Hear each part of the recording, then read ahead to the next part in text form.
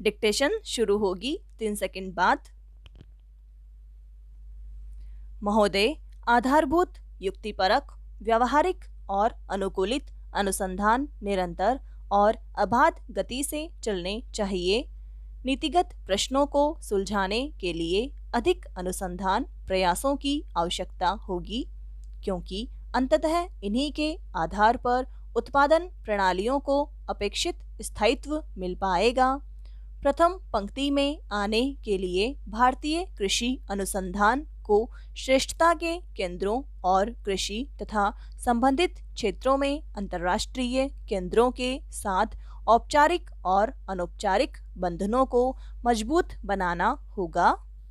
बदलते परिवेश में किसी भी तंत्र की दक्षता और प्रभावशीलता परखने के मानदंड भी मात्रात्मक से गुणात्मकता की ओर प्रवर्तित हो रहे हैं। अंतिम विश्लेषण में हम यही पाते हैं कि किसी भी वैज्ञानिक संगठन की सामर्थ्य अब भौतिक साधनों से नहीं आंकी जाएगी, बल्कि उसके निष्पादन पर आधारित होगी। कृषि अनुसंधान में प्रभाव मूल्यांकन अभी तक अनुसंधान में किए गए निवेश और नई तकनीकों के प्रसार और अंगीकरण के आर्थिक लाभों को लेकर ही मुख्यतया आंके गए हैं। प्रभाव मूल्यांकन से यह पता चलता है कि कृषि अनुसंधान के अंतिम सुफल प्राप्त करने में आर्थिक नीतियों और प्रौद्योगिकी की परस्पर क्रिया का क्या प्रभाव पड़ा। जिस समय अनुसंधान नियोजित किया जा रहा है या प्रायोजना क्रियान्वित की जा रही है, उसी समय मूल्यांकन कर लिया जाए तो नीति निर्माताओं को अनुसंधान की भावी दिशाएं खोजने में सहायता मिलती है। अतः इस बात की तीव्र आवश्यकता है कि राष्ट्रीय कृषि अनुसंधान प्रणाली में उसकी क्षमताओं को आंकने के लिए आंतरिक समीक्षा का कार्यक्रम चलाया जाए, ताकि प्रभाव मूल्यांकन की अंतर्निहित व्यवस्था मजबूत बने। इस तरह के अभ्यासों से अनुसंधान कार्यक्रमों में व्याप्त रिक्तियों की पहचान होगी और कार्यक्रम की कमजोरियों को दूर करके जहां जरूरी है वहां काट छांट या मजबूत बनाने का निर्णय लिया जा सकेगा। इसके साथ ही उपलब्धियों और बाधाओं का सही विवेचन करने तथा खेतों तक पहुंचाने के लिए तैयार तकनीकों को पहचानने में मदद मिलेगी। कृषि के फलस्वरूप आए व्यापक परिवर्तन का प्रभाव बहुत स्पष्ट है। जैसे कि सन 1961 में प्रति व्यक्ति खाद्यान्न की कुल उपलब्धता 468 ग्राम थी, जो कि 55 साल बाद सन 2001 में 40% बढ़कर 2 किलो प्रति व्यक्ति प्रतिदिन हो गई। 101 करोड़ की आबादी को देखते हुए यह उपलब्धि थोड़ी नहीं है। भूख और खपत के बीच की असमता को समाप्त करना, समाज के सभी वर्गों को सामर्थ्य के अनुसार उचित दामों पर राशन उपलब्ध कराना और विविध कृषि उत्पादों और प्रशोधित उत्पादों के निर्यात में वृद्धि और आयात में कमी, अनाज और खाने के तेल के निर्यात में कमी से विदेशी मुद्रा की बचत को अलग करते हुए भी कृषि क्षेत्र से निर्यात की राशि गत वर्ष 100 अरब रुपये की सीमा को पार कर गई।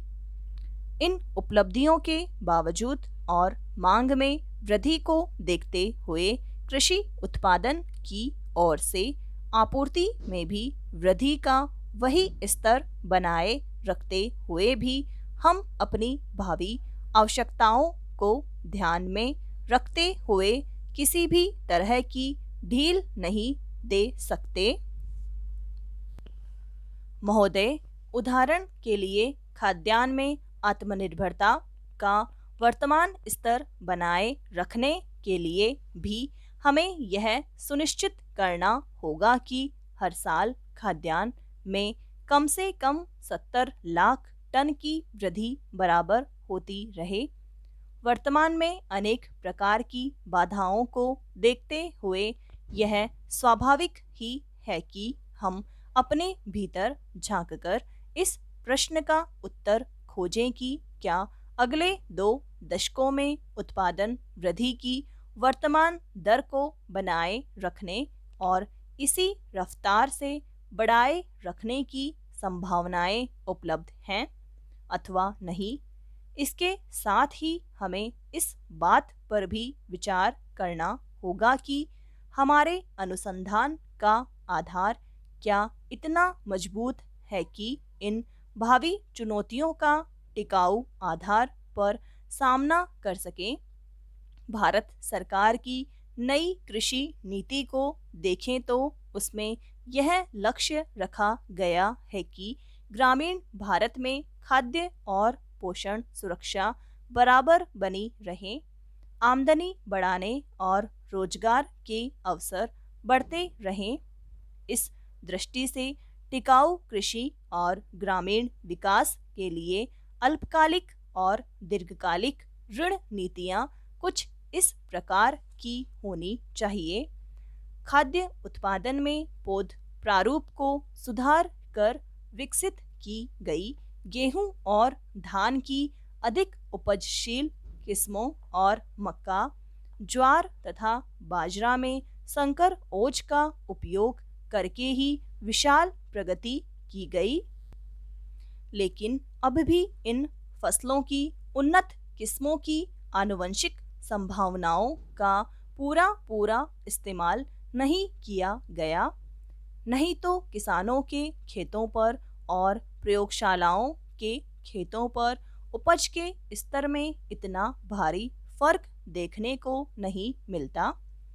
उदाहरण के लिए मध्यम अवधि वाले बोने धान की किस्में 6 टन प्रति हेक्टेयर तक पैदावार दे सकते हैं, जबकि सिंचित क्षेत्रों में इन किस्मों की औसत उपज 3 टन प्रति हेक्टेयर भी नहीं है। इससे साफ पता चलता है कि बोने धान की उपज संभावना का केवल 40 से 50% इस्तेमाल किया गया। यही बात गेहूं, ज्वार और बाजरा पर भी लागू होती है। यदि उपज को अस्थिर बनाने वाले कारकों को पहचान कर उनका सुधार कर दिया जाए तो इस समय उपलब्ध किस्मों का ही उपयोग करके अगले वर्षों में 2.5 करोड़ से 3 करोड़ टन अतिरिक्त खाद्यान्न पैदा किया जा सकता है। जहां तक बाधाओं की बात है, जैविक और अजैविक दबाव 30 से 35% तक उपज तबाह कर देते हैं। यदि किस्मों और संकरों में बाधा का वांछित स्तर दिया जाए और समेकित कीट प्रबंध की तकनीकें अपनाई जाएं, तो यह हानि काफ़ी हद तक कम की जा सकती है। पोषक तत्वों के असंतुलित और कम मात्रा में उपयोग करने, अनुचित किस्मों को चुनने और घटिया बीज के कारण भी उपज की बहुत हानि होती है, जिसे कम किया जा सकता है। इस तरह उपज का अधिकतम स्तर प्राप्त किया जा सकता है। हाल ही के वर्षों में जहां तक नई तकनीकें नहीं पहुंची हैं, वहां उनका प्रसार करके आशातीत सफलताएं मिली हैं। उदाहरण के लिए पूर्वी राज्यों में बोरो यानी बसंत के मौसम में धान के क्षेत्र में विस्तार हुआ है। समाप्त।